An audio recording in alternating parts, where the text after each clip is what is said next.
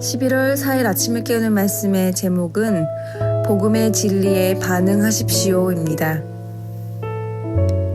하나님을 가까이 하라. 그리하면 너희를 가까이 하시리라. 야고보서 4장 8절 말씀. 사람들에게 하나님의 진리에 반응을 보일 수 있는 기회를 주는 것은 매우 중요합니다. 물론 책임은 각 개인에게 달려있는 것이고 당신이 다른 사람 대신 반응할 수는 없습니다. 각 사람의 의도적인 반응이 있어야 합니다.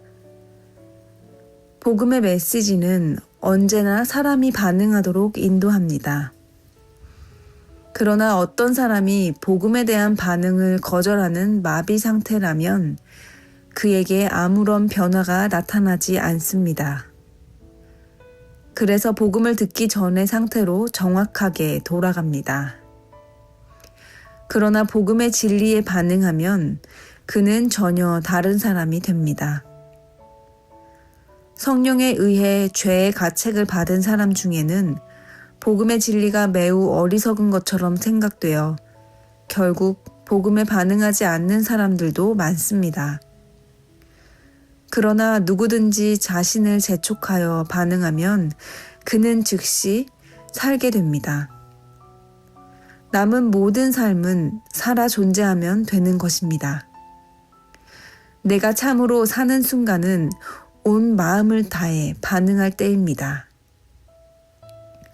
하나님의 진리가 당신의 영혼에 임했을 때 그 진리에 반응하십시오.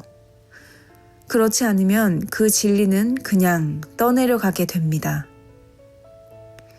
반드시 외적으로 보이지는 않더라도 의지로 반응하십시오. 그 결단을 잉크와 피로 기록해 두십시오.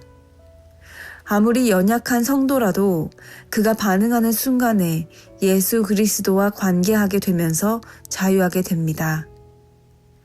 전능하신 하나님의 모든 능력이 그에게 머물게 됩니다. 이제 하나님의 진리대로 살기 시작합니다. 그렇게 살지 못하는 우리의 죄악을 고백하게 됩니다. 그러나 다시 후퇴합니다. 다시 말씀대로 살려고 노력합니다. 또 쓰러집니다. 더 이상 이러한 반복을 할 필요가 없을 때까지 되풀이합니다. 우리는 구속의 주님이 주시는 말씀으로 다시 깨끗해져야 하고 주님과 관계를 맺어야 합니다. 주님의 오라는 말씀은 주님과 관계를 맺자는 의미입니다. 내게로 오라. 우리가 끝까지 버티면서 하지 않는 것은 주님께 가는 것입니다. 그러나 주께 오는 자들마다 그 순간에 하나님의 생명이 초자연적으로 그들에게 즉각 임하는 것을 알게 됩니다. 이 세상을 지배하는 세력인 육체와 마귀는 그 힘을 잃게 됩니다. 그 이유는 당신의 반응 때문이 아니라 당신의 반응이 당신을 하나님과 그분의 구속의 능력에 연결했기 때문입니다.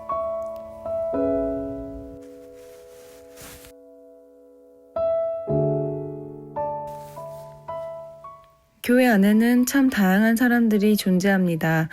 어떤 자들은 뜨겁게 주님을 만난 것 같지만 냄비가 쉽게 끓어 달아오르고 금방 식어버리는 것처럼 이내 다시 교회를 떠나 이전의 삶으로 돌아갑니다. 그런데 어떤 사람들은 복음을 듣고 이전의 삶과는 달리 전혀 다른 삶을 살게 됩니다. 같은 복음, 같은 말씀이 전해져도 반응은 극과 극의 양상을 보입니다. 매일 아침 주님은 나의 최고봉을 묵상하는 가운데에서도 어떤 이들은 이 시간을 통하여 깊은 은혜를 누리며 하나님께 가까이 나아가지만 어떤 이들은 전혀 이 영적 흐름에 함께하지 못하기도 합니다. 신앙생활은 어느 누군가에게 그 책임을 돌릴 수가 없습니다. 모든 키는 나에게 있습니다. 나는 과연 어떤 사람인가요? 나는 진리에 반응하는 자입니까? 오늘도 말씀을 통하여 주님의 복음에 나는 어떻게 반응하는 자인지 스스로를 돌이키며 주님의 음성을 듣는 저와 여러분 되기를 간절히 바랍니다. 기도하시겠습니다.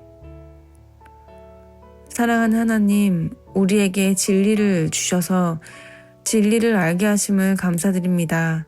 지금 이 말씀을 함께 묵상하는 모든 자들은 주님의 그 복음의 진리의 말씀을 듣고 반응하는 자인 줄 믿습니다. 우리가 이전으로 돌아가는 것이 아니라 주님의 복음을 들었으니 이제는 더욱더 주님께 한 발 더 매일 한 걸음씩 나아가는 이 묵상의 시간이 되게 하여 주시옵소서. 더 이상 이전으로 돌아가며 퇴보하는 것이 아니라 하나님 앞에 한 걸음이라도 매일 전진할 수 있는 우리 열림문 교회가 되게 하여 주시옵소서. 예수님의 이름으로 기도드립니다. 아멘.